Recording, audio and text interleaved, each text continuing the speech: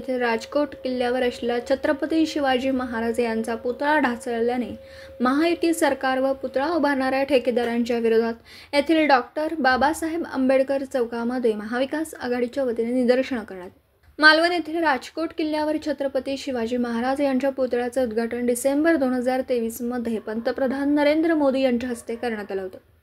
हा पुतळा 8 महिन्यातच निकृष्ट काम केल्यामुळे ढासळला. याचा संतप्त पडसाद देशभरासह महाराष्ट्रामध्ये उमटतात. याच पार्श्वभूमीवर कुरुंदवाड या ठिकाणी महाविकास आघाडीच्या वतीने महायुती सरकारच्या व ठेकेदारांच्या विरोधात निदर्शनं करण्यात आली.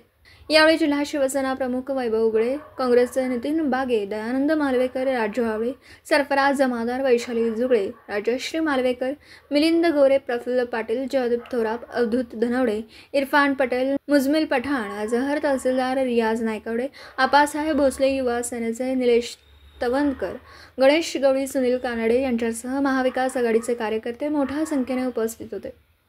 तसेच सकाळी 11 वाजता राष्ट्रवादी शरदचंद्र पवार पक्षाकडून निदर्शनं करण्यात आली. यावेळी शहर अध्यक्ष तानाजी आलासे, विधानसभा अध्यक्ष अभिजित पवार, सामाजिक न्याय विभाग जिल्हा अध्यक्ष संदीप बिरणगे, लोकजनशक्तीचे नेते सुनील कुरुंदवाडे, अण्णाप्पा आवळे, अर्शद बागवान, सिकंदर सारवान, महेंद्र माळगे, राजू गायकवाड, आसिफ गोरी, सलीम बागवान आदी उपस्थित होते.